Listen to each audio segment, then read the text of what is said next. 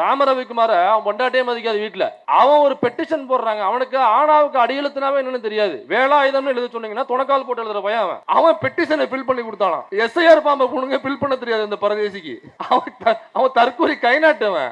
அவர் உட்கார்ந்து பெட்டிஷன் போட்டு அவரு பக்திமானா, கடவுள் நம்பிக்கையாளரா, இது வந்து கடவுளுடைய உரிமை. ஏன்னா கடவுளுக்கு தேவைனாக்கா அவரோட உரிமையை அவர் வாங்கிக்கிறாரா? நீ என்ன கடவுளை விட பெரிய சக்தி படைச்சவனா? உலகத்துல கடவுள் தானங்க சக்தி படைச்சவரு. படத்துல எல்லாம் பார்த்திருப்போம், அப்படி கையை வச்சவனே புஷ்னு அந்த புஷ்வான கையில இருந்து போகும், அங்கேருந்து வர அம்பையே சாட்சி எடுத்துரும். யாருக்கு நல்லது செய்யணும் யாருக்கு தீமை செய்யணும்னு உட்காந்து கரண்டா அக்கௌண்ட் எழுதுறவர் அவரு தான். நீ என்ன அவரை விட நீ பெரிய வளர்த்தியா? நீ ஒருவேளை அங்க ஏத்துறது தப்புனாக்கா கடவுள் அவர் பார்த்து பாடுறா. அப்ப கடவுளுக்கு சக்தி இல்லைன்னு சொல்ல வரியா?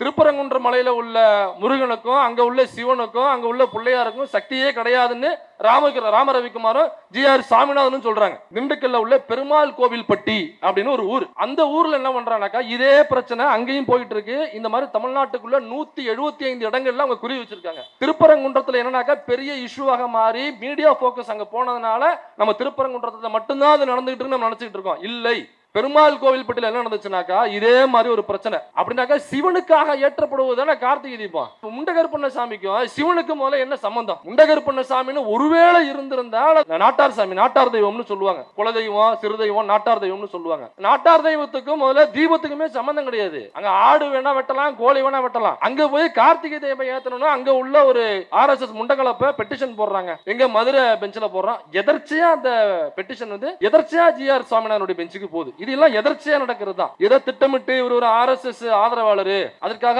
RSS பேக்ரவுண்ட் உள்ள அந்த பெருமாள் கோவில்பட்டியில உள்ள அந்த வன்னியர் சமூகத்தை சார்ந்த RSS நபர் கரெக்டா ஜி.ஆர். சுவாமிநாதன் பெஞ்சுக்கே கொண்டு போய் போட்டு பெட்டிஷனுக்கு முன்னாடியே இவர் தீர்ப்பு எழுதி வச்சுட்டு பெட்டிஷனுக்காக வெயிட் பண்ணி பெட்டிஷன் வாங்கிட்டு அப்படியே தீர்ப்பு எடுத்து சீக்கிரம் போங்கன்னு சொன்னதாக யாரும் நினைக்க கூடாது. அப்படி நினைச்சாக அது உள்நோக்கம் கற்பிப்பது. அப்படி கிடையாது, அப்படி நடக்கல. எதர்ச்சியா கொடுக்கிறாரு. எதர்ச்சியா ஒரு பெஞ்சுக்கு போது எதர்ச்சியா பார்த்துட்டு என்னங்க இந்துக்களுடைய உரிமை பாதிக்கப்படுது, விளக்கு ஏத்த வேண்டாமாங்க, பாருங்க முண்டகருப்பண்ணசாமி எங்க கோவில் இருக்கு அப்படின்னு சொல்லிட்டு உடனடியாக அந்த எழுதி வச்ச இது எழுதி தீர்ப்பை கையில கொடுக்கிறாரு. உடனடியே நைட்டு உடனே கிளம்புங்க, இந்துக்களோட உரிமை முண்டகருப்பண்ணசாமியை நம்ம காப்பாற்றணும், உடனடியா போங்கன்றாரு. இப்ப மேட்ரு டிபார்ட்மெண்ட்டுக்கு வருது, கவர்மெண்ட்டுக்கு வருது. திருப்பரங்குன்றத்துல எப்படி ராட் அடிச்சாங்களோ அதே மாதிரி பெருமாள் கோவில்பட்டிலையும் நம்மால ஸ்டாலின் அவர்கள் தம்பி வாங்க, ஏற்கனவே ரிவிட்டு நிறைய இருக்கு, 2 இடத்துல போய் சொருவங்கன்னு சொல்லி விட்டாரு அவரு. இந்த பாருங்க, இதான் அந்த கோயில். அவங்க 1990 கட்டின கோயில்.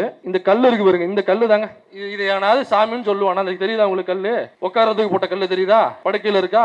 இந்த கல்ல இந்த கருப்பண்ணசாமி அதுக்கு கீழே கோயில் இருக்குன்றான் ஒரு சங்கிப்பைய. இப்ப அங்க திருப்பரங்குன்றத்துக்கு போன அதே ஜி.ஆர். சாமிநாதன் இங்கேயும் போய் பார்த்து போட்டோ பார்த்தாலே தெரியுது. நேர்ல போயிட்டு ஊர்ல இந்த மாதிரி அங்க கல் என்னவோ தெரியல, கல்ல பார்த்தா காண்டாயிராப்ல, நம்ம கல்ல பார்த்தா வெறியாயிராப்ல. உடனடியா அதுக்கு மாலை போட்டு அங்க ஒரு தீபத்தை ஏத்தணும் அப்படின்னு ரொம்ப எரிச்சல் ஆயிராப்ல கல்ல பார்த்தாக்க. அதனால இப்ப தமிழ்நாடு அரசாங்கத்துல நம்ம ஒரு கோரிக்கை வைக்கிறோம், இந்த கிலோமீட்டர் போட்டு எங்கெங்கெல்லாம் கல்லு இருக்கு அங்கெல்லாம் போலீஸ் நிப்பாட்டிருங்க. ஏன்னாக்க ஜி.ஆர். சாமிநாதன் கடந்து போகும்போது பார்த்தாருனாக்க வெறியாயிடுவாரு அவரு. தண்ணியில கண்டன்னு சொல்லுவாங்களா, அந்த மாதிரி ஒரு கல்லுல கண்டம் போல் இருக்கு. எங்க குத்தகை கல்லு பார்த்தாலும் உடனடியாக ஒரு காண்டாயிடுறாப்ல. கரண்ட் கம்பத்தை பார்த்தாக்கா அந்த குரூப் மேல ஏறிடுது, இவர் கல்ல பார்த்தாக்கா ஏறாரு டக்குன்னு. இப்படியாக தமிழ் அரசு இன்னைக்கு கல்லுல வந்து நிக்குது. லிட்டரலா கலெக்டரையும் எஸ்பியும் கூப்பிட்டு மிரட்டி இருக்காப்ல ஜி.ஆர். சாமிநாதன். ரிவர்க் பண்ணுங்க, எனக்கு எழுதி கொடுத்துட்டு போங்க. உங்களை யாரு அங்க 144 போட சொன்னது? நான் ஒரு தீர்ப்பு கொடுத்திருக்கேன், அங்க தீபம் ஏத்தணும், அங்க முண்டகருப்பண்ணசாமி இருக்குன்னு நான் சொல்லியிருக்கேன். என்னைய மீறி நீங்க போய் 144 போடுவீங்களா? என்னைய மீறி ஸ்டாலின் என்ன அவ்வளவு பெரிய ஆளா? கவர்மெண்ட் அவ்வளவு பெரிய கவர்மெண்டா? போலீஸ் டிபார்ட்மெண்ட்ல என்ன வேணாலும் பண்ணுவீங்களா அப்படின்னு ஜி.ஆர். சுவாமிநாதன் எஸ்பியை கூப்பிட்டு லிட்டரலா மிரட்டி இருக்காரு. இதே மாதிரி கலெக்டரை கூப்பிட்டு, கலெக்டர்னா யாரு? ஒரு மாவட்டத்தினுடைய முதல்வர். அவர் சொல்ல போனா ஒரு மாவட்டத்துக்கான நீதிபதி, ஒரு மாவட்டத்துக்கான முதல்வர் அவர் தான். ஒரு கலவர துன்றதுக்கான ஒரு தீர்ப்பை கொடுத்துட்டு அந்த தீர்ப்பை நடைமுறைப்படுத்த கூடாது, ஏன்னாக்கா கலவரம் வரும். ஹிந்து முஸ்லிம் கலவரம் மட்டுமல்ல, இதுல நல்லா கவனிக்க வேண்டியது என்னக்கா, ஏதோ ஹிந்து முஸ்லிம் பிரச்சனையை உண்டு பண்றதுதான் RSS வேலை, பிஜேபி வேலை நம்ம நினைச்சிட்டு இருக்கோம். நீங்க பெருமாள் கோவில்பட்டியில் எடுத்து பாருங்க, ஒரே ஜாதிக்குள்ள கலவரத்தை துன்றதுக்கான வேலையை பார்த்திருக்காரு. வன்னியர்களுக்குள்ளேயே ஹிந்து வன்னியர், கிறிஸ்டியன் வன்னியர். இந்த கிறிஸ்டியனாக இருந்தாலும் அவங்க வன்னியரா தான் நடந்துப்பாங்க. அவங்க கிறிஸ்தவராக ஆலயத்துக்கு போவாங்க, வழிபடுதல், சிலுவை ஒண்ணா போட்டுப்பாங்க. கேட்டீங்கன்னாக்கா வன்னியர் தான் சொல்லுவாங்க அவங்க. அப்ப ஒரு கிறிஸ்தவ வன்னியரா தான் ஃபீல் பண்ணுவாங்க. அப்ப அந்த ஊர்ல என்ன வேலையை பார்த்திருக்காருன்னா ஜி.ஆர். சுவாமிநாதன் வன்னியர்களுக்குள்ளேயே வெட்டி கொண்டு குத்தி கொண்டு சாகக்கூடிய ஒரு தீர்ப்பை கொடுத்திருக்காரு. இது உங்களுக்கு தெரிஞ்சிருக்கும், திருப்பரங்குன்றத்துல அது அளந்து போட்ட கல்லுதான் அப்படிங்கிறது நிறைய பேர் பேசிட்டாங்க. அதற்கான வரலாற்று பூர்வமான ஆதாரங்கள், அரசாங்கத்தினுடைய ஆதாரங்கள், அது எல்லாமே இன்னைக்கு சமூக வலைதளங்கள் மூலமாக மக்களுடைய பார்வையை கொண்டு வந்திருக்கு. அது குறிப்பா 1899 பிரிட்டிஷ் பீரியட்லயே அதற்கான ஆவணங்கள், அதை அளந்து போட்டதுக்கான கல்லுதான், அளந்து போட்ட கல்லுதான்டா முண்டக்கலப்பை அப்படின்னு பிரிட்டிஷ்காரன் 1899 அவன் வெளியிட்ட ஆவணம். இது கோர்ட்லயும் சப்மிட் பண்ணியிருக்காங்க. இப்போ வலைதளங்கள்லையும் அந்த சப்மிட் பண்ணப்பட்ட அந்த 1899 உள்ள டாக்குமெண்ட் உங்களுக்கு வலைதளத்திலுமே அது கிடைக்கும். அது மட்டும் இல்லை, அதில் அளந்து போட்டதுக்கான இடம் அவங்களே அளந்து எழுதியிருக்காங்க. இந்த கல்லுலேருந்து இவ்வளோ தூரம் போனீங்கன்னாக்கா ஒரு அளவுக்கல் இருக்கும், அதுலேருந்து அந்த பக்கம் போனீங்கன்னாக்கா அங்கே ஒரு அளவுக்கல் இருக்கும் அப்படிங்கிறத அவங்க அந்த டிஸ்டன்ஸோட இந்த பக்கம் எவ்வளவு அளவு, அந்த பக்கம் எவ்வளவு அளவு அப்படிங்கிறத அளந்திருக்காங்க. அந்த நீங்கள் கூகுள் மேப் இருக்குது பார்த்தீங்களா, அதில் அந்த அளவையை நீங்களே செக் பண்ணிக்கலாம். அப்படி அளந்து தான் செக் பண்ணி பார்த்தோம்னாக்கா கரெக்டாக அந்த அளவு இருக்குது. அந்த கல்லுக்கிட்ட போய் நிற்கிது அவங்க சொன்ன இடத்துலேருந்து. அந்த மேப்பில் நம்ம செக் பண்ணதும் சோசியல் மீடியாவில் ஸ்ப்ரெட் ஆகிட்டு இருக்கு, அதுலேயும் வைரல் ஆகிருக்கு. அதனால அது அளவுக்கல் தான் அப்படிங்கிறது நீங்கள் மக்கள் மத்தியில் எக்ஸ்போஸ் ஆயிருச்சு. ஆனால் இதெல்லாம் ஜிஆர் சுவாமிநாதனுக்கோ ஆர்எஸ்எஸ் சார்ந்த நபர்களுக்கோ இதெல்லாம் அவங்களுக்கு தேவை கிடையாது. அது அளவைக்கல் தான் அப்படிங்கிறத எதிராளிகள் கண்டுபிடிச்சிருவாங்க அப்படிங்கிறது கூட தெரியாமல் அவங்க இதை பண்ணலை. அளவைக்கல் தான், அதில் தான் விளக்கேற்றணும் அப்படின்னு தான் அந்த தீர்ப்பில் அவர் சொல்ல வர காரணமாக நம்ம பார்க்க முடியுது. அளவைக்கல் தான், ஆனால் அங்கே தான் ஏற்றணும். அப்போ அதை வழக்கமாக அங்கே தான் ஏற்றுறாங்க அப்படிங்கிற பொய்யை சொல்லி கொண்டு வராங்க. இப்போ எனக்கு வளமையாக அங்கே ஏற்றுகிற இடம் அப்படிங்கிற ஒரு விஷயத்தை எடுத்துக்கிறாங்க. நாங்கள் பாரம்பரியமாக பண்பாடாக வளமையாக நாங்கள் இந்துக்கள் அங்கே தீபம் ஏற்றுற இடம் அப்படின்னு சொல்கிறாங்க. சரி, இப்போ வளமையாக அப்படின்னா இப்போ வளமைக்குள்ளேயே நம்ம போயிடுவோம். அது அளவுக்கல் அப்படிங்கிறதுல தெரியுங்கிறது ஒரு பக்கம் இருந்தாலும் நம்ம வளமைக்குள்ளேயே போயிடும். இப்போ முருகனுடைய வழிபாடு அப்படிங்கிறது முருகாற்றுப்படையில் வடமையை என்ன சொல்லியிருக்காங்க, எப்படி வழிபடணும், சக்கரை பொங்கலும் புளியோதரையும் வச்சு வழிபடணும்னு முருகாற்றுப்படையில் எழுதியிருக்கா? இல்லை. ஆட்டு ரத்தத்தையும் கோழி ரத்தத்தையும் அறுத்து அதை சோத்துல விட்டு அதை பிணைஞ்சி அதை தான் முருகனுக்கு படைக்க வேண்டும் என்று முருகாற்றுப்படையில் எழுதியிருக்கு. நாம சொல்லல, இது பெரியாரோ அம்பேத்கரோ அல்லது மருதையன் தோழரோ உட்காந்துட்டு இது எழுதல. இது முருகாற்றுப்படையில எழுதியிருக்கு. முருகனை எவ்வாறு வழிபடுவது அப்படிங்கிற முறையில இது வருது. அப்ப வடமையாக பாருங்க, முருகாற்றுப்படையில இதை பற்றின குறிப்புகள் இருக்கு. அதனால எல்லா முருக கோயில்லையும் வழக்கமாக வளமையாக அப்படின்னு சொல்லிட்டு ஆட்டையும் கோழியும் நம்ம எடுத்துட்டு போடுவோமா? இதற்கு ஜிஆர் சுவாமிநாதன் அலோவ் பண்ணுவாரா? சரி, வளமையாவே போவோம். பழனியில் உள்ள முருகன் கோவில் வளமையா அங்கு அர்ச்சகராக யார் இருந்தது? பார்ப்பனர்கள் தான் அங்கு வளமையாக அர்ச்சகராக இருந்தார்களா? இல்லை. பண்டாரங்கள் என்று சொல்லப்படுபவர்கள் தான் பழனி கோயிலில் வளமையாக அர்ச்சகராக இருந்தார்கள். அப்ப எந்த காலத்துல பண்டாரங்களை வெளியேற்றிவிட்டு பார்ப்பனர்களை உள்ளே கொண்டு வராங்கனாக்கா ஒரு நாயக்கர் ஆட்சியில தான் அது நடக்குது. அந்த நாயக்கர் ஆட்சியில அவருடைய அமைச்சராக ஒரு பார்ப்பனர் இருக்காரு. அப்ப அந்த பழனி கோயிலுக்கு அவர் போறாரு. போகும்பொழுது பண்டாரங்கள் தான் அங்க அர்ச்சகராக, முழு நிர்வாகமும் அங்க பண்டாரங்கள் கையில் தான் இருக்கு. அப்ப பண்டாரங்கள் அர்ச்சனை செய்து துண்ணூரை கொண்டாந்து கொடுக்கும் பொழுது நான் பாப்பான், நீ ஒரு பண்டாரம், உன் கையில நான் துண்ணூறு வாங்குறதா, நீ அர்ச்சனை பண்ணி எனக்கு விபூதி கொடுப்பியா அப்படின்னு சொல்லி அன்னைக்கு நாயக்கர்கிட்ட சொல்லி அங்க பண்டாரங்களை எல்லோரையும் வெளியேற்றி விட்டு அதுக்கப்புறம் பார்ப்பனர்களை உள்ளேற்றினாங்க. அப்ப வழமையாக அப்படிங்கிறத நம்ம கொண்டு போவோம்.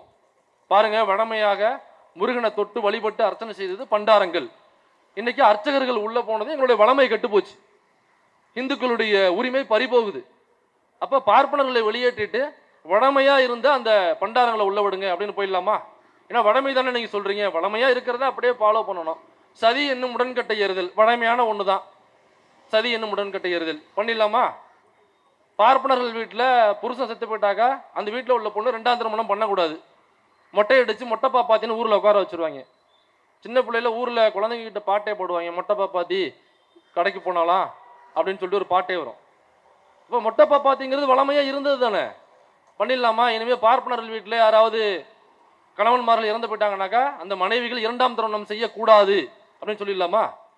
இப்போ கூட நம்ம ஸ்ரீகாந்தன் ஒரு கிரிக்கெட் பிளேயர் இருந்தார்ல, அவருடைய பையனுக்கு அந்த பெண்ணுக்கு 2ஆம் திருமணம், அந்த பையனுக்கு ஃபர்ஸ்டா செகண்டான்னு தெரியல, செகண்டா, அவருக்கு 2ஆம் திருமணம் தான். அவருக்கு 2ஆம் திருமணம் தான். இந்த சம்யுக்தான் நடிகை அவங்கள தான் கல்யாணம் பண்ணியிருக்காங்க, அவங்களும் பார்ப்பன சமூகத்தை சார்ந்தவங்க, அவங்களுக்கு 2ஆம் திருமணம் தான். இது எப்படி அலோவ் பண்ணுதுன்னா 2ஆம் திருமணத்திற்கு மந்திரமே கிடையாதுன்னு சொல்லுது வேதம்.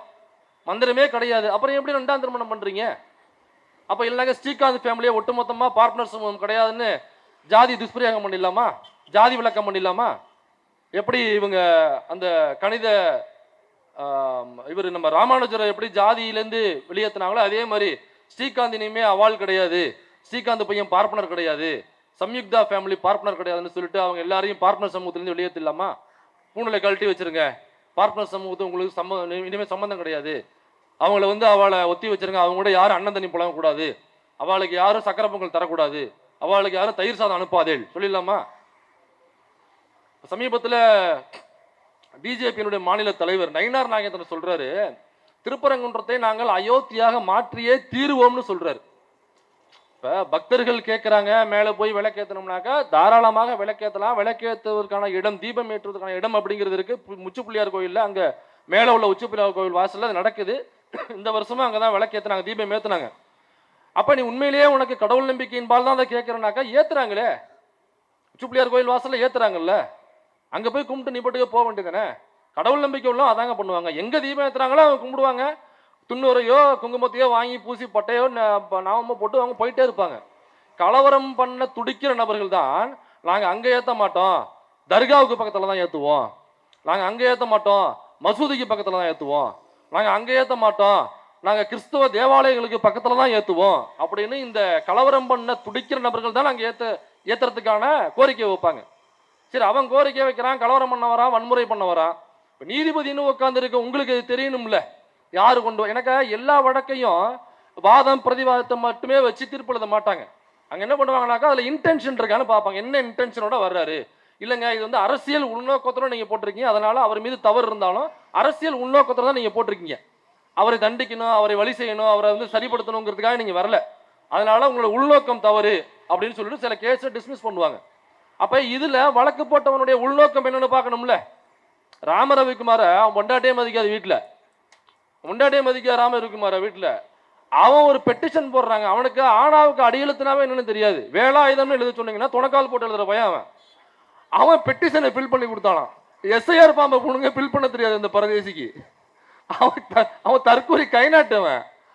அவர் உட்காந்து பெட்டிஷன் போட்டு அவர் பக்திமானா, கடவுள் நம்பிக்கையாளரா, இது வந்து கடவுளுடைய உரிமை. ஏன்னா கடவுளுக்கு தேவைனாக்கா அவரோட உரிமையை அவர் வாங்கிக்கிறாரா. நீ என்ன கடவுளை விட பெரிய சக்தி படைச்சவனா? உலகத்துல கடவுள் தானங்க சக்தி படைச்சவரு.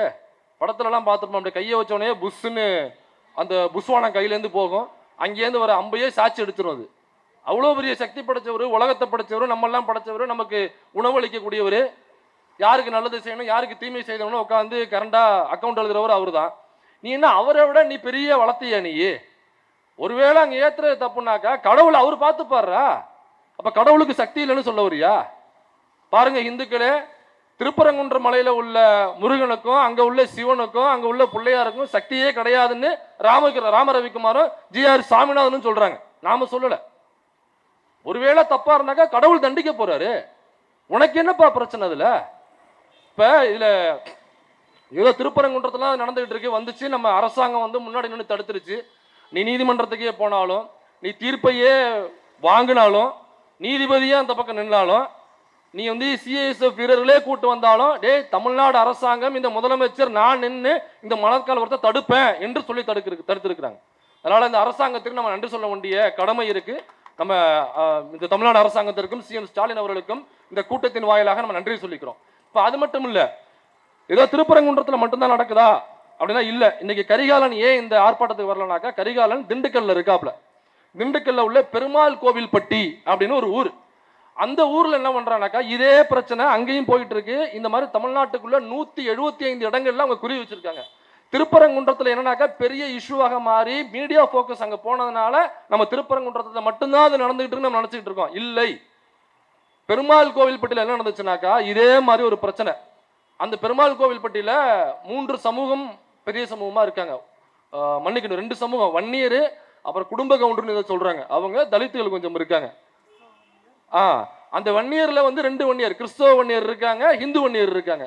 ஹிந்து வன்னியர் ஒரு 200 குடும்பம் இருக்கு, கிறிஸ்தவ வன்னியர் ஒரு 4 குடும்பம் இருக்கு. அங்க தேவாலயம் இருக்கு, காளியம்மன் கோயில் இருக்கு, மாரியம்மன் கோயில் இருக்கு.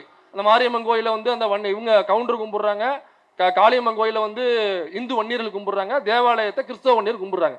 இது வழக்கமாக அங்க இருந்துகிட்டு இருக்கு. ஆனா இதுக்குள்ள அந்த ஊருக்குள்ள உள்ள இந்து வன்னியர் சமூகத்தை சார்ந்த ஒரு சங்கி பையன், அந்த சங்கி பையன் என்ன பண்றான், இதே மாதிரி எதர்ச்சையாக ஒரு பெட்டிஷனை போடுறான். என்னன்னாக்கா அந்த கோவில் கட்டினாங்க இல்லையா, 1990 தான் அந்த கோயில் கட்டியிருக்காங்க. அந்த கோயில் கட்டும் போது எக்ஸ்ட்ரா கல் முடிஞ்சதுக்கு அப்புறம் எக்ஸ்ட்ரா கல் இருக்கும்ல, யூஸ் பண்ணாத கல், அந்த பட்டைக்கல் படிகள்லாம் வைப்பாங்கல்ல, அந்த மிஞ்சு போன கல்லை தூக்கி பக்கத்துல போட்டிருக்காங்க. ஒரு 5-6 கல் மிஞ்சு போனதுனால சேர்த்து போட்டு அங்க உட்கார்றதுக்கு, காலையில மாலையில உட்காந்து தாயம் ஆடுறதுக்கு, அப்புறம் ஆடுபுலி ஆட்டம் ஆடுறதுக்கு, அந்த கல்லுலயே ஆடுபுலி ஆட்டம் ஆடுறதுக்கான கோடெல்லாம் அவங்களையே அந்த இதுல கிழிச்சு வச்சிருக்காங்க. ஆடுபுலி ஆட்டம் விளையாடுறது, தாயம் விளையாடுறது, அப்புறம் சும்மா உட்காந்து கதை பேசுறதுக்கு, வேலைக்கு ஆட்கள் தேவைன்னாக்கா அங்கே உட்காந்துருக்கவங்க உட்காந்து கூட்டு போகிறதுக்கு, அப்படியாக அந்த 4 கல்லையும் போட்டு உட்காரத்துக்கு பயன்படுத்தியிருக்காங்க. பஞ்சாயத்துகள் அங்கே நடக்கிறது. இப்போ என்ன பண்ணுறான் அவன், திடீர்னு போயிட்டு 3ஆம் தேதி கார்த்திகை தீபம் ஏற்றுறாங்களே, 2ஆம் தேதி போயிட்டு எதர்ச்சியாக ஒரு பெட்டிஷன் போடுறான். அது வந்து எங்களுடைய ஏதோ ஒரு சாமியோட பேர் சொல்கிறான், ஒரு ஐநார்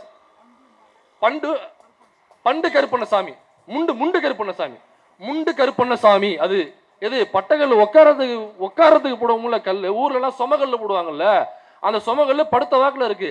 அது பேர் வந்து பண்டு முண்டு கருப்பண்ணசாமி. அதுக்கு கீழே கோவில் இருக்கு தோண்டணும். அதனால எங்களுக்கு அங்க கார்த்திகை தீபம் ஏத்துறதுக்கு பர்மிஷன் கொடுங்க. எப்பா கார்த்திகை தீபம் எங்க ஏத்துவாங்க? அந்த கதை என்னன்னு தோழர் சொன்னார்.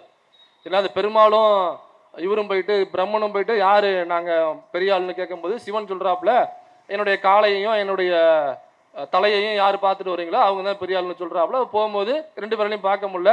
ஒரு பூ வந்து பொய் சாட்சி சொல்லுது. அதனால ஒரு தீபமா திருவண்ணாமலையில் போய் செட்டில் ஆயிட்டு. அப்படி இதுதான் அதுல உள்ள கதை. சரிங்களா? அப்படின்னாக்கா சிவனுக்காக ஏற்றப்படுவதுதானே கார்த்திகை தீபம். முண்டகருப்பண்ணசாமிக்கும் சிவனுக்கும் முதல்ல என்ன சம்பந்தம்? முண்டகருப்பண்ணசாமின்னு ஒருவேளை இருந்திருந்தால் அது நாட்டார் சைவம், நாட்டார் சாமி, நாட்டார் தெய்வம்னு சொல்லுவாங்க. குலதெய்வம், சிறு தெய்வம், நாட்டார் தெய்வம்னு சொல்லுவாங்க. நாட்டார் தெய்வத்துக்கும் முதல்ல தீபத்துக்குமே சம்பந்தம் கிடையாது. அங்க ஆடு வேணா வெட்டலாம், கோழி வேணா வெட்டலாம். அங்க போய் கார்த்திகை தீபம் ஏத்தணும்னா அங்க உள்ள ஒரு ஆர்எஸ்எஸ் முண்டகலப்ப பெட்டிஷன் போடுறாங்க. எங்க மதுரை பெஞ்சில் போடுறான். எதர்ச்சியா அந்த பெட்டிஷன் வந்து எதர்ச்சியா ஜிஆர் சுவாமிநாதனுடைய பெஞ்சுக்கு போகுது. இது எல்லாம் எதர்ச்சியா நடக்கிறது தான். ஏதோ திட்டமிட்டு இவர் ஒரு ஆர்எஸ்எஸ் ஆதரவாளர், அதற்காக ஆர்எஸ்எஸ் பேக்ரவுண்டு உள்ள அந்த பெருமாள் கோவில்பட்டியில் உள்ள அந்த வன்னியர் சமூகத்தை சார்ந்த ஆர்எஸ்எஸ் நபர் கரெக்டா ஜிஆர் சுவாமிநாதன் பெஞ்சுக்கே கொண்டு போய் போட்டு, பெட்டிஷனுக்கு முன்னாடியே இவர் தீர்ப்பு எழுதி வச்சுட்டு பெட்டிஷனுக்காக வெயிட் பண்ணி பெட்டிஷன் வாங்கிட்டு அப்படியே தீர்ப்பு எடுத்துட்டு சீக்கிரம் போங்கன்னு சொன்னதாக யாரும் நினைக்க கூடாது. அப்படி நினைச்சாக்க அது உள்நோக்கம் கற்பிப்பது. அப்படி கிடையாது, அப்படி நடக்கல. எதர்ச்சியா கொடுக்குறாரு. எதர்ச்சியா ஒரு பெஞ்சுக்கு போது எதர்ச்சியா பார்த்துட்டு என்னங்க இந்துக்களுடைய உரிமை பாதிக்கப்படுது, விளக்கு ஏற்ற வேண்டாமாங்க, பாருங்க முண்டகருப்பண்ணசாமி அங்க கோவில் இருக்கு அப்படின்னு சொல்லிட்டு உடனடியாக அந்த எழுதி வச்ச எழுதி தீர்ப்பை கையில கொடுக்குறாரு. உடனடியாக நைட்டு உடனே கிளம்புங்க, இந்துக்களுடைய உரிமை முண்டகருப்பண்ணசாமியை நம்ம காப்பாற்றணும், உடனடியாக போங்கன்றாரு. இப்போ மேட்ரு டிபார்ட்மெண்ட்டுக்கு வருது, கவர்மெண்ட்டுக்கு வருது. திருப்பரங்குன்றத்தில் எப்படி ராட் அடிச்சாங்களோ அதே மாதிரி பெருமாள் கோவில்பட்டிலையும் நம்மளால ஸ்டாலின் அவர்கள், தம்பி வாங்க ஏற்கனவே ரிவிட்டு நிறைய இருக்கு, 2 இடத்துல போய் சொருவங்கன்னு சொல்லிவிட்டாரு அவரு. அங்க போலீஸ் அனுப்பி கலெக்டர் அனுப்பி 144. அந்த இடம் என்னன்னாக்கா இந்த அவ்வளவுதாங்க இருக்கு. அது கல்லு உள்ள இடம் மட்டும்தான். இப்ப என்ன பண்ணாங்க, அந்த கல்லு உள்ள இடத்தை மட்டும் பேரிகார்ட்ஸ் போட்டு அதை கவர்மெண்டோட கட்டுப்பாட்டில், ஏப்பா நீங்களும் வரக்கூடாது, இனிமே அது அரசாங்கத்துக்கு சொந்தமானது அப்படின்னு அந்த இடம் போட்டாங்க. அந்த இடத்த காமிக்கிற பாருங்க. இந்த பாருங்க, இதான் அந்த கோயில். அவங்க 1990 கட்டின கோயில். இந்த கல் இருக்கு பாருங்க, இந்த கல்லு தாங்க. இது ஏனாவது சாமின்னு சொல்லுவானா? அதுக்கு தெரியுதா உங்களுக்கு? கல்லு உட்காரத்துக்கு போட்ட கல்லு தெரியுதா? படுக்கையில் இருக்கா? இந்த கல்ல முண்ட கருப்பண்ணசாமி அதுக்கு கீழே கோயில் இருக்குன்றான் ஒரு சங்கிப்பைய. இப்ப அங்க திருப்பரங்குன்றத்துக்கு போன அதே ஜிஆர் சுவாமிநாதன் இங்கேயும் போய் பார்த்து போட்டோ பார்த்தாலே தெரியுது. நேரில் போயிட்டு ஊர்ல இந்த மாதிரி அங்கங்க கல் என்னவோ தெரியல, கல்லை பார்த்தா காண்டாயிடுறாப்புல, நம்மளு கல்லை பார்த்தா வெறியாயிடுறாப்புல. உடனடியாக அதுக்கு மாலை போட்டு அங்கே ஒரு தீபத்தை ஏற்றணும் அப்படின்னு ரொம்ப எரிச்சல் ஏறாப்புல கல்லை பார்த்தாக்க. அதனால இப்போ தமிழ்நாடு அரசாங்கத்தில் நம்ம ஒரு கோரிக்கை வைக்கிறோம், இந்த கிலோமீட்டர் போட்டு எங்கெங்கெல்லாம் கல் இருக்கு அங்கெல்லாம் போலீஸை நிப்பாட்டிருங்க. ஏன்னாக்க ஜிஆர் சாமனை கடந்து போகும்போது பார்த்தாருனாக்க வெறியாயிடுவார் அவர். இந்த தண்ணியில கண்டன்னு சொல்லுவாங்களா, அந்த மாதிரி ஒரு கல்லில் கண்டம் போல் இருக்கு. எங்க குத்தகை கல் பார்த்தாலும் உடனடியாக அவர் காண்டாயிடுறாப்புல. இன்னும் சமீப காலத்தில் தமிழக அரசியல் இதெல்லாம் நடக்குது. அந்த டிரான்ஸ்ஃபார்ம் பார்த்தாக்கா ஒரு குரூப் காண்டாய் மேலே ஏறிடுறாங்க. அப்புறம் இந்த கரண்ட் கம்பத்தை பார்த்தாக்கா அந்த குரூப் மேலே ஏறிடுது. இவர் கல்லை பார்த்தாக்கா ஏறிடுறாரு டக்குன்னு. இப்படியாவே தமிழ் அரசு இன்னைக்கு கல்லில் வந்து நிற்கிது. அதனால கரிகாலன் இந்த மேட்டரை கவர் பண்ண தான் போயிருக்காப்புல. காலையில் ஃபோன் பண்ணி இந்த தகவலாம் சொன்னாப்புல. இதை பற்றின முழு வீடியோவை போட்டிருக்காங்க. இப்போ இதை பிளாக் பண்ணி அவங்க போட்டாங்க. அங்கே காடு மண்டி போச்சு இப்போ அந்த இடம் மட்டும். இப்போ என்ன சொல்றாங்கனாக்கா, அங்கே உள்ள கிறிஸ்தவ வன்னியர்களுக்கும் ஹிந்து வன்னியருக்கும் இடையே கலவரத்தை தூண்டுகிற வேலையை இந்த தீர்ப்பு செஞ்சிருக்கு. யாரு? ஜிஆர் சுவாமிநாதன் அவர்களுக்கு கொடுத்த அந்த தீர்ப்பு இருக்கு இல்லைங்களா. அப்புறம் என்ன ஜிஆர் சுவாமிநாதன் அப்புறம் என்ன பண்ணியிருக்காரு, அந்த திண்டுக்கலுக்கு உள்ள கலெக்டரையும் அங்கே உள்ள எஸ்பியையும் கூப்பிட்டு 144 போட்டீங்கல்ல அதை உடனடியாக ரிவோக் பண்றேன்னு எனக்கு எழுதி கொடுங்கன்னு கூப்பிட்டு மிரட்டியிருக்காப்புல. லிட்டரலா கலெக்டரையும் எஸ்பியும் கூப்பிட்டு மிரட்டியிருக்காப்புல ஜிஆர் சுவாமிநாதன். ரிவோக் பண்ணுங்க, எனக்கு எழுதி கொடுத்துட்டு போங்க. உங்களை யார் அங்கே 144 போட சொன்னது? நான் ஒரு தீர்ப்பு கொடுத்துருக்கேன், அங்கே தீபம் ஏற்றணும், அங்கே முண்டகருப்பண்ணசாமி இருக்குன்னு நான் சொல்லியிருக்கேன். என்னையை மீறி நீங்கள் போய் 144 போடுவீங்களா? என்னையை மீறி ஸ்டாலின் என்ன அவ்வளோ பெரிய ஆளா? கவர்மெண்ட் அவ்வளவு பெரிய கவர்மெண்டா? போலீஸ் டிபார்ட்மெண்ட்லாம் என்ன வேணாலும் பண்ணுவீங்களா அப்படின்னு ஜிஆர் சுவாமிநாதன் யோசிச்சு பாருங்க. எஸ்பியை கூப்பிட்டு லிட்டரலா மிரட்டி இருக்காரு. இதே மாதிரி கலெக்டரை கூப்பிட்டு, கலெக்டர்னா யாரு? ஒரு மாவட்டத்தினுடைய முதல்வர். அவர் சொல்ல போனா ஒரு மாவட்டத்துக்கான நீதிபதி, ஒரு மாவட்டத்துக்கான முதல்வர் அவர் தான் கலெக்டர். நம்ம சின்ன பிள்ளைல கேட்பாங்க என்ன படிக்க போறீங்கன்னா கலெக்டர்னு சொல்லுவோம். அது படிக்க மாட்டாங்கிறது வேற விஷயம்னு வச்சுங்களேன். நான் கலெக்டருக்கு என்னக்கா திரைப்படங்கள்ல நேரில் பார்க்குறோம், எதா இருந்தாலும் அப்போ வந்து ப்ராப்பரா இவர்கிட்ட போய் அவர்கிட்ட போகணும்லாம் கிடையாது. ஒரு படத்துல காமிச்சா கூட மனுவை கொண்டு போய் கலெக்டருக்கு தான் கொடுப்பாங்க. நேராக கலெக்டர் கொண்டு கொடுக்கணும்ப்பா, நேராக அவர்கிட்ட கொடுத்தா சால்வ் ஆகிடும் அப்படின்னு நினைப்பாங்க. அப்போ எல்லாருக்குமே என்னக்கா சின்ன பிள்ளையிலேருந்து கலெக்டர்னாக்கா ஒரு பெரிய பதவி, ஐஏஎஸ் பதவிங்கிறது, அந்த பதவியை நம்ம அடையணுங்கிற ஒரு ஆவல் நம்ம கிட்ட இருக்கும். அப்போ எவ்வளோ பெரிய பதவி அது! அப்படியாப்பட்ட ஐஏஎஸ் லிட்டரலாக கூப்பிட்டு மிரட்டி இருக்காப்புல. ஐஏஎஸ் படித்தாலும் அவங்க வீட்டு வேலைக்காரன் நினைச்சிங்களா? இல்லை எஸ்பி படிச்சுட்டு வந்து எஸ்பி ஆகும் டிஎஸ்பி ஆகும் உட்காந்துருக்கவங்கலாம் கூப்பிட்ட குரலுக்கு ஓடு வர்ற உங்கள் வீட்டில் வேலை செய்கிற வேலைக்காரன் நினச்சிட்டு இருக்கீங்க. உங்கள் தோட்டத்து வேலைக்காரரு, வீட்டு செய்கிற வேலைக்காரரு கூப்பிட்ட குரலுக்கு ஓடி வரணும். அரசாங்கத்தினுடைய மக்களுடைய பிரதிநிதிகள் அவங்க எல்லாம் மக்களுக்காக வேலை செய்கிறவங்க. ஒரு கலவரத்தை தூண்டுறதுக்கான ஒரு தீர்ப்பை கொடுத்துட்டு அந்த தீர்ப்பை நடைமுறைப்படுத்தக்கூடாது, ஏன்னாக்கா கலவரம் வரும். ஹிந்து முஸ்லீம் கலவரம் மட்டுமல்ல, இதில் நல்லா கவனிக்க வேண்டியது என்னக்கா, ஏதோ ஹிந்து முஸ்லீம் பிரச்சனையை உண்டு பண்றதுதான் ஆர்எஸ்எஸ் வேலை, பிஜேபியினுடைய வேலை நம்ம நினைச்சுட்டு இருக்கோம். நீங்க பெருமாள் கோயில் பட்டியல் எடுத்து பாருங்க, ஒரே ஜாதிக்குள்ள கலவரத்தை தூண்டுறதுக்கான வேலையை பார்த்திருக்காரு. வன்னியர்களுக்குள்ளேயே ஹிந்து வன்னியர், கிறிஸ்டின் வன்னியர். இந்த கிறிஸ்டியனாக இருந்தாலும் அவங்க வன்னியராக தான் நடந்துப்பாங்க. அவங்க கிறிஸ்துவராகலாம் ஆலயத்துக்கு போவாங்க, வழிபடுதல் சிலுவை ஒண்ணா போட்டுப்பாங்க. கேட்டீங்கன்னாக்கா வன்னியர் தான் சொல்லுவாங்க அவங்க. அப்ப ஒரு கிறிஸ்தவ வன்னியரோட வன்னியராக தான் ஃபீல் பண்ணுவாங்க. அப்ப அந்த ஊர்ல என்ன வேலையை பார்த்திருக்காருன்னா ஜிஆர் சுவாமிநாதன் வன்னியர்களுக்குள்ளேயே வெட்டி கொண்டு குத்தி கொண்டு சாகக்கூடிய ஒரு தீர்ப்பை கொடுத்திருக்காரு. இப்ப மத கலவரத்தை தாண்டி ஜாதி கலவரம்னாக வேற வேற ஜாதி இல்ல, வன்னியர்களுக்குள்ளேயே கலவரத்தை தூண்டுகிற வேலையை, வன்னியர்களை வைத்தே அதை செயல்படுத்துகிற வேலையை, அதன் மூலமாக ஒரு கலவரத்தை தூண்டுகிற வேலையா ஜிஆர் சுவாமிநாதன் பார்த்திருக்காரு. அதனால ஏதோ அது முஸ்லீம் பிரச்சனை இல்ல, இந்த ஊர்ல வன்னியர் பிரச்சனை, அது பெருமாள் கோயில் பட்டியல வன்னியர்களுக்கான பிரச்சனை. அது சொந்த அண்ணன் தம்பிங்க. இதுல இருந்து மாறினவங்க இந்த ஹிந்து வன்னியர்ல இருந்து கிறிஸ்டின் வன்னியரா மாறி இருக்காங்க. எல்லாமே சொந்தக்காரவங்க தான். அவங்க பெரியப்பா இங்க இருக்காரு, இவங்க அவங்க வீட்டுல பொண்ணு கட்டி கொடுத்துருக்காங்க. இன்னமும் அந்த கிறிஸ்டின் ஹிந்துக்குள்ள வன்னியர்களுக்குள்ள பொண்ணு கொடுத்து பொண்ணு எடுக்கிறது பழக்கமாவே இருக்கு. அவங்க யாரும் தடுக்கலாம் இல்லை. வன்னியருங்கிற முறையில அவங்க முறையா இருக்காங்க. இவங்க உள்ள மாமா அங்க இருக்காரு, அங்க உள்ள சித்தப்பா இங்க இருக்காரு. அப்ப இந்த மாமன் சித்தப்பா உறவு முறைக்குள்ளேயே வெட்டிக்கிட்டு குத்தி கொண்டு சாகிற ஒரு வேலையை ஜிஆர் சுவாமிநாதனுடைய தீர்ப்பு கொடுத்திருக்கு. ஆனா அந்த தீர்ப்பை நடைமுறைப்படுத்தாமல் அந்த வன்னியர் சமூகத்துக்குள்ளேயே கலவரம் வராமல் இந்த அரசாங்கம் தடுத்திருக்கு. அதனால இப்படியாப்பட்ட வேலையை அவர் தமிழ்நாடு முழுக்க செஞ்சுக்கிட்டு இருக்காரு. அவருக்கு பக்கத்து ஊர்ல இன்னொரு ஊர்ல அந்த மேட்டர் இன்னைக்கு கவர் பண்ண போயிருக்காரு கரிகாலன். அநேகமா ஈவினிங்குள்ள அந்த வீடியோ வரும்னு நினைக்கிறேன். ஏதோ அங்க கல்லை பார்த்துருப்பார் போல் இருக்கு. நமக்கு கல்லை பார்த்தாக்கா இல்ல கரண்ட் மரத்தை பார்த்தாக்கா எது போய் நிற்குன்னு நமக்கு தெரியும், அது வேற. ஆனா இவரு ஏன் கரண்ட் மரத்தை கல்லை பார்த்தா காண்டாவரான்னு நமக்கு தெரியல. அதனால இங்க அந்த கல்லை தயவு செஞ்சு படுக்க வச்சிருங்க, இல்லைனாக்கா அதுக்கு பக்கத்துல ஒரு தீபம் ஏத்தணும்ட்டு உடனே தீர்ப்பு கொடுத்துருவாங்க. ஏன்னா நம்ம ஆர்ப்பாட்டம் பண்றதுக்கு ஒரே ஒரு இடம் தான் இருக்கு. அதனால இந்த இடத்துல நம்ம காப்பாற்றி ஆகணும். அதில் எப்படியாப்பட்ட ஜிஆர் சுவாமிநாதன் அவர்களை பதவி விலக வேண்டும் என்பதை தாண்டி இவரை தண்டிக்க வேண்டும், சட்டம் தண்டிக்க வேண்டும். ஏன்னா சட்டத்தை காப்பாற்றுகிற இடத்துல போலீஸ் இருக்காங்க, நீதிமன்றம் மட்டும் இல்ல, நீதிபதிகள் மட்டும் இல்ல, காவல்துறையும் சட்டத்தை பாதுகாக்கிற இடத்துல தான் இருக்காங்க அவங்க. அப்ப அந்த சட்டத்தை பாதுகாக்கிற காவல்துறை ஒருவேளை சில வழக்கில் தவறு செய்தால், கண்ணகி முருகேசனுடைய அந்த ஆணவ படுகொலையில அந்த இன்ஸ்பெக்டர் சப் இன்ஸ்பெக்டர் 2 பேரும் பொய் எஃப்ஐஆர் போட்டாங்க, நிரூபிக்கப்பட்டு அவங்க 2 பேரும் இன்னைக்கு உள்ள இருக்காங்க. அவங்க மட்டும் இல்ல, எஸ்பி டிஎஸ்பி கடஸ்ல உள்ளவங்க கூட சில மாநிலங்கள்ல ஜெயிலுக்குள்ள இருக்காங்க, தவறு செஞ்சுட்டாங்க அப்படின்னு. அது தவறா இல்லையாங்கிறது வேற. ஆனா அவர்களை தண்டிக்கிற சட்டம் இருக்கிறது, தண்டிப்பும் செய்திருக்கிறார்கள். அப்படின்னாக்க நீதிபதிகள் மட்டும் வானத்திலிருந்து பொழந்துக்கிட்டு குதிச்சவங்களா, இல்ல பூமியை பொழந்துக்கிட்டு கீழே இருந்து அந்த ராமர் வந்தாருன்னு சொல்லுவாங்களே, அந்த பாபர் மசூதியில ராமர் மண்ணுக்குள்ள இருந்து பொழந்துக்கிட்டு வந்துட்டார், அந்த மாதிரி ஒரு மண்ணுக்குள்ள இருந்து பொழந்துக்கிட்டு வந்தவர் அந்த நீதிபதி, அவரும் மனுஷன் தானே. அப்ப எப்படி காவல்துறை தவறு செய்தால் இந்த சட்டம் தண்டிக்கக்கூடிய உரிமையை அந்த சட்டத்தை கொடுத்திருக்கிறதோ, அதே போன்று நீதிபதிகள் தொடர்ந்து தவறான கான்ஸ்டிடியூஷனுக்கு எதிரான தீர்ப்புகள் கொடுத்தால் அவரை தண்டிக்கிற சட்டமும் வர வேண்டும். இது அம்பேத்கர் கொண்டு வந்தார்.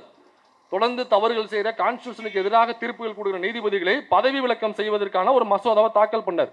ஆனா அப்போதைய நாடாளுமன்றம் அதை ஏத்துக்கல. ஏன் ஏத்துக்கலன்னா, ஒருவேளை ஏத்துக்கிட்டு இருப்பாங்க. எப்ப ஏத்துக்கிட்டு இருப்பாங்கனாக்கா, இந்த பதவி விலக வேண்டும் என்கிற மசோதா இப்ப திமுக கொண்டு போனாலும் கண்டிப்பாக நிறைவேறாதுங்கிறது நமக்கு தெரியும். ஆனா கொண்டு போகணும், தோல்வி அடைஞ்சிருச்சுங்கிறது வரலாறுல பதிவு செய்யணும்.